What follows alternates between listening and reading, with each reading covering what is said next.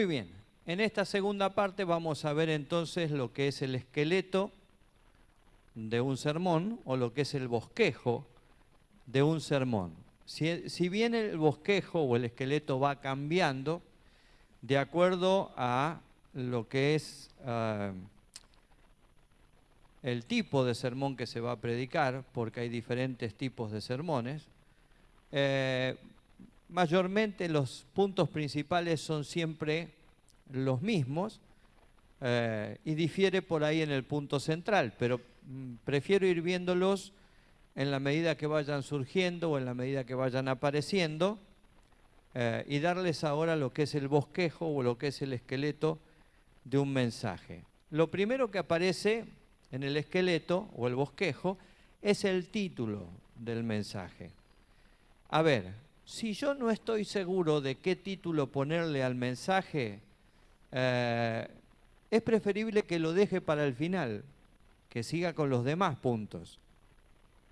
¿Sí? Y no, por seguir el orden, yo termine poniéndole un título que no tiene nada que ver con el contenido del mensaje. Porque hay hermanos que dicen, bueno, si el título no tiene nada que ver con lo que está dentro, está bien igual. Y no está bien igual, porque si yo voy a comprar una lata que dice tomate y cuando lo abro tiene sardina adentro, lo más probable es que yo vaya al mercado y le diga a la persona que está a cargo del mercado, che, mirá, dice tomate acá, pero adentro hay sardina. No me estás dando lo que yo vine a buscar. ¿Sí? La etiqueta no representa lo que es el contenido del mensaje. ¿Está? Entonces el título tiene que ver con el mensaje. El título tiene que ser, puede ser pícaro, puede ser atrayente, pero el título tiene que despertar la curiosidad del oyente. Dante Gebel es un hombre muy hábil para poner títulos.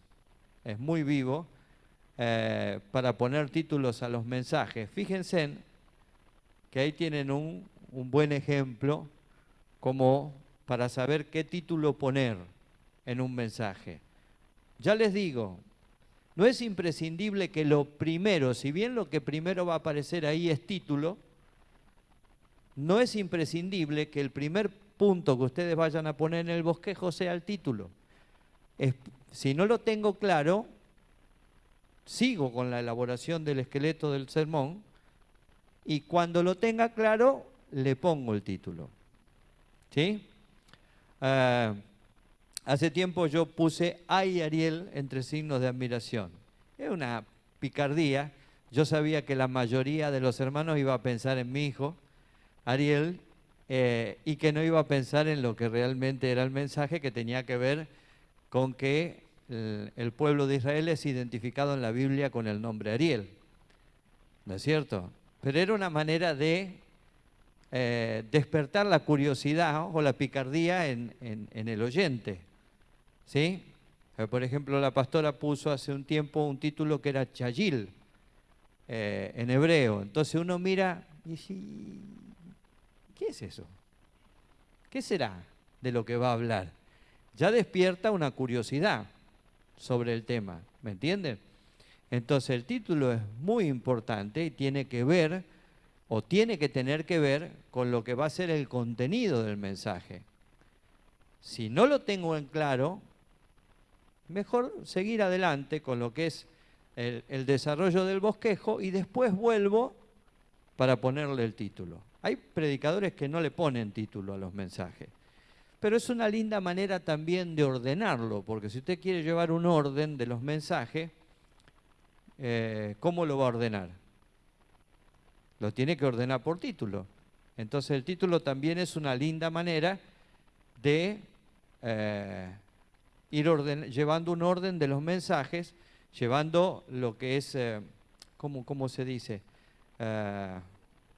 Como si fuera un orden alfabético, un índice en donde uno va llevando los títulos, cualquier cosa que yo algún día quiero volver a predicarlo, yo ya sé por el título lo puedo buscar y lo puedo tener a mano, aunque no lo voy a predicar 2 veces igual, y seguramente cuando tenga el bosquejo en la mano lo voy a reformar, por lo menos yo siempre hago eso, porque siempre digo que para predicarlo igual pongo un cassette y me quedo en casa, pero igual me sirve como un ordenador, ¿sí? Entonces el título tiene que tener que ver. Hace un tiempo, por ejemplo, puse 3 más 1 sobre 10. Y estaban todos preguntándose qué era esa fracción.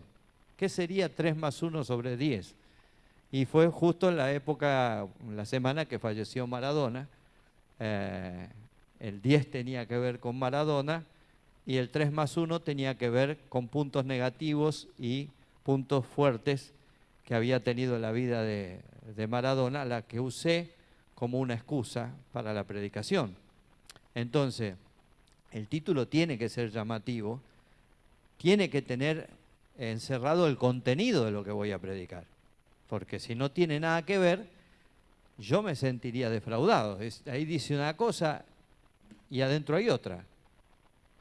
No me parece correcto, ¿no? Entonces el título tiene que tener que ver con el mensaje y es un buen identificador del mensaje. Si no lo tengo en claro, sigo adelante con el paso que sigue, hasta que Dios me clarifique qué título ponerle. Porque a veces sale brillante la idea, tac, y uno dice, ya está, y le pone. Y a veces no sale, sale humo, pero no sale la idea de qué título ponerle. Entonces mejor esperar y después cuando resuelvo, le pongo el título, ¿sí? El segundo paso dentro del esqueleto del sermón tiene que ver, vayan poniendo ahí título, texto. Lo que viene ahora es el texto. Yo tengo que tener claro qué texto voy a usar, ¿sí?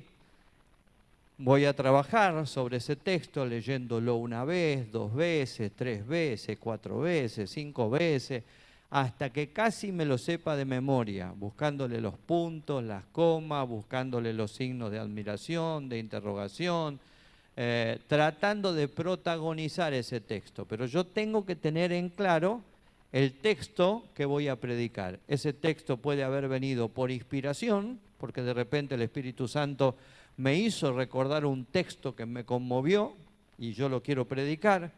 Puede venir a través de la oración, estoy orando y Dios me habla a través de un texto.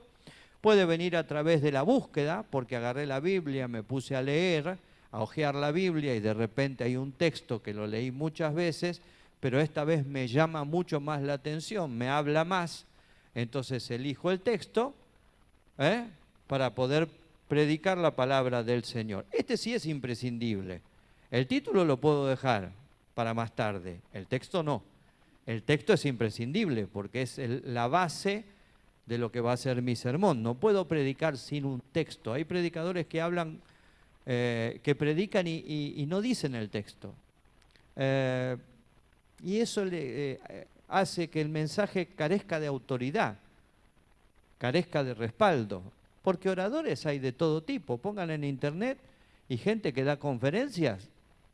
Hay a montones y muy buenos, ¿sí? Pero nosotros no somos conferencistas, nosotros somos predicadores y predicamos la palabra. Entonces, tiene que haber un texto base en el cual nosotros nos apoyemos, nos respaldemos para poder elaborar el sermón. El texto sí es imprescindible, sin el texto no puedo predicar. Puede que a veces yo reciba el tema primero que el texto, entonces busco un texto que se adecúe al tema que yo quiero predicar, pero sí o sí el texto tiene que estar. No puede faltar el texto. ¿Sí? Es la palabra autorizada del mensaje, es la palabra de Dios, es el texto que yo voy a leer. ¿Está? Muy bien. Una vez que yo tengo el título y el texto, si voy siguiendo ese orden, lo que sigue es, el tema es definido por el objetivo. ¿Sí? ¿Qué voy a predicar?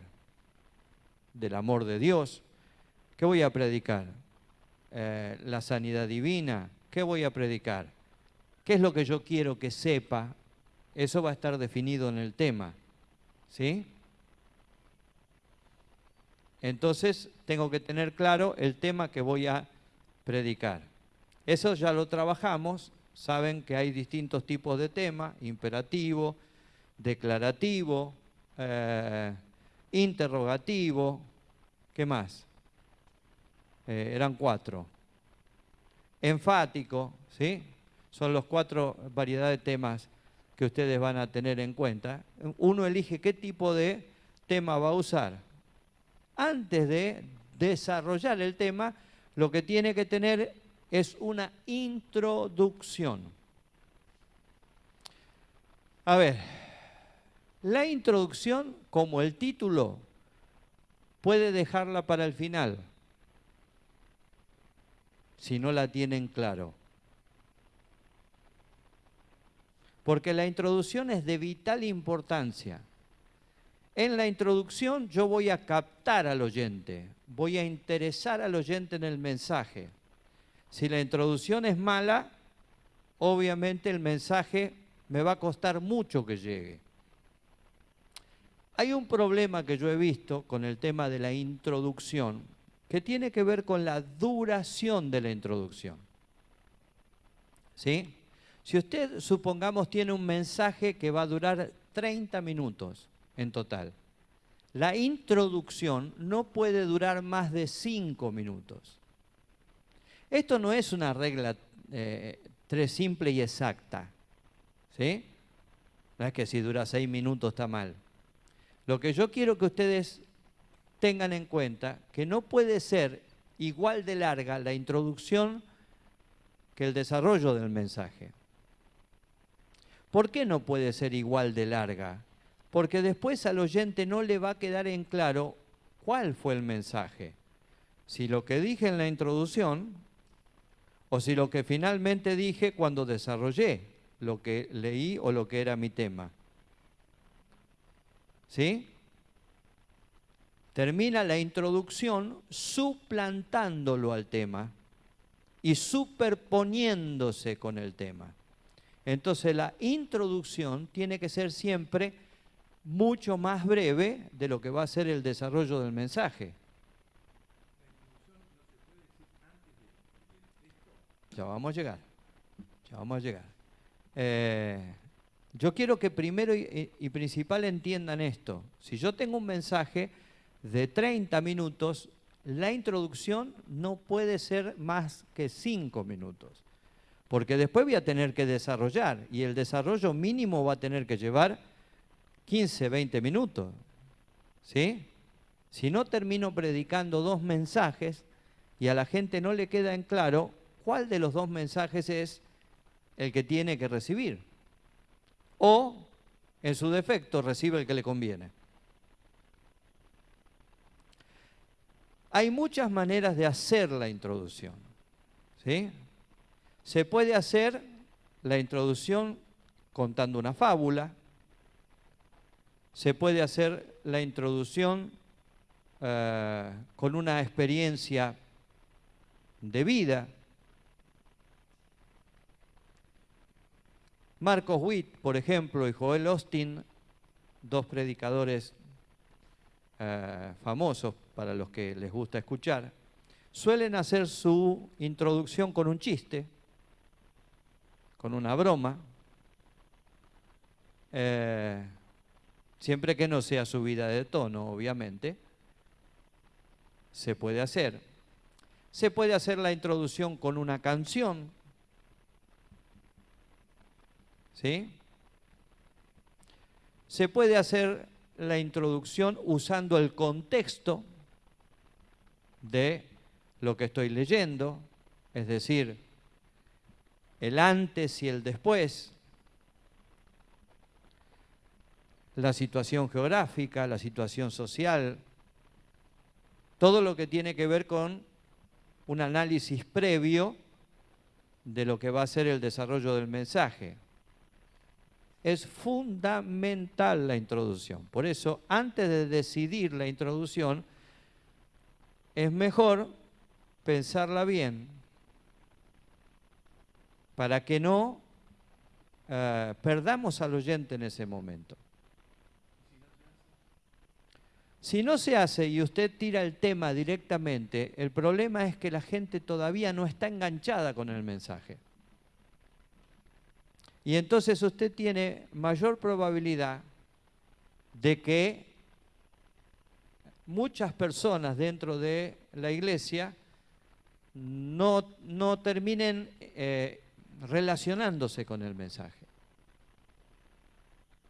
Esto es como cuando usted va a cenar. Cuando usted va a cenar, le sirven una entrada, un primer plato o plato principal y el postre. ¿Qué pasaría si yo le sirvo el plato principal de entrada? Por algo está la entrada. La entrada está para preparar el paladar para lo que viene. La introducción está para preparar el paladar espiritual del oyente para lo que viene. ¿Se entiende? Estoy yendo bien despacio para que les quede claro. Hay recursos para usar la poesía, puede ser uno. Puede ser el testimonio de una persona. Puede ser una noticia, de repente una noticia que le llamó la atención en la semana, de cualquier índole, política, deportiva, una noticia que les haya llamado la atención. La cuestión es sorprenderlo al oyente, que el oyente levante la cabeza y me mire. Y ya lo tengo, es mío. ¿Sí? Si yo no logro atraparlo en la introducción, mi mensaje va a estar, yo le diría, en un 70% perdido. Si yo logro captarlo al oyente en la introducción, yo ya lo tengo al oyente, no se va a ir, porque ya está interesado en el mensaje. ¿Sí? La introducción se puede hacer antes de leer el texto o después de leer el texto.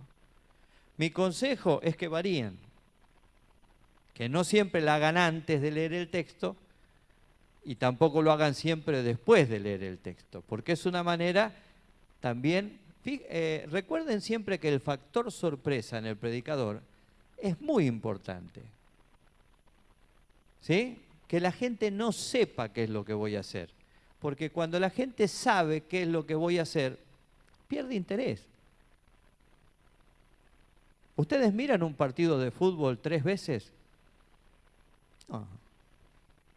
A lo sumo mirarán el resumen, mirarán el gol, pero no van a mirar 90 minutos de fútbol 3 veces. Lo mismo pasa con el predicador, no te van a oír si siempre decís lo mismo. Va a llegar un momento que bajan la persiana y lo perdiste.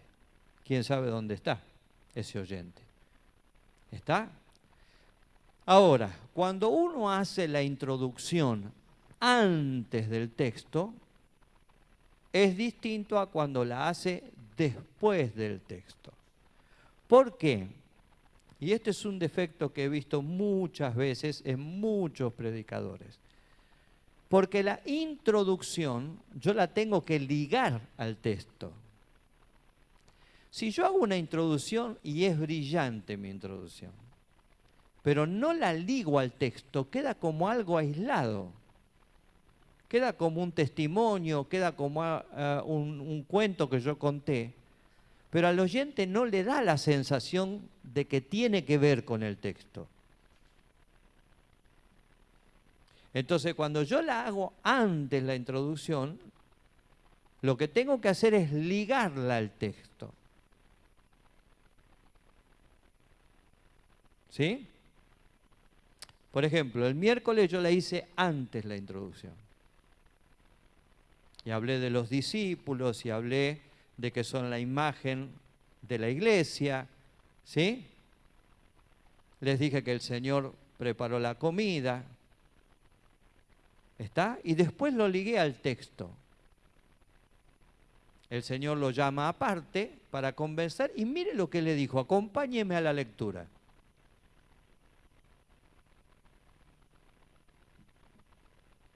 Uno unido con el otro. ¿Está? Para lo que le gusta la música, es como que yo hago un punteo extraordinario. Pero llegó el momento de la canción y se produce una pausa de 3 segundos, se corta la música y a los 3 segundos empieza a cantar. Queda inconexo una cosa con la otra. Yo he visto a veces introducciones que son hermosas, brillantes, pero después no tienen la precaución de unirlas al texto. Y se queda perdido, queda como una anécdota que contó antes de predicar. No queda como que es algo que es parte de la predicación. ¿Me entienden? Yo veo que me miran, pero no sé si me llegan a entender. Yo cuento un testimonio, lo tengo que ligar a ese testimonio. ¿Sabía que en la Escritura pasó algo similar? Hay un pasaje que refleja esto que le acabo de contar. ¿Por qué no me acompaña y lo leemos juntos? Ligué el testimonio al texto y lo metí al oyente dentro del mensaje. Está todo junto. ¿Se entiende? Si yo elijo hacerlo después es distinto porque yo leo y ya empiezo con la introducción y sigo con los pasos del mensaje. Pero hay que tener mucho cuidado cuando se hace antes. Recuerden eso. Cuando se hace antes, tiene que haber un nexo que ligue lo que yo estoy diciendo, lo que estoy contando, lo que estoy recitando, con lo que estoy leyendo.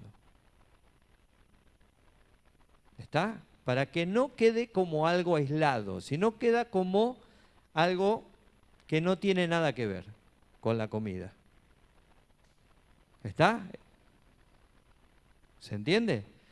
Es importantísima la introducción. Recuerden que tiene que ser breve, porque es una introducción. Vuelvo al ejemplo de la música. Si tengo uno que está media hora. Terminó de hacer el triqui triqui triqui y canta. Gracias, Señor. Y terminó.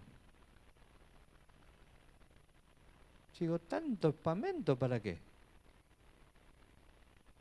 Si lo importante era la canción, no el triqui triqui triqui triqui triqui.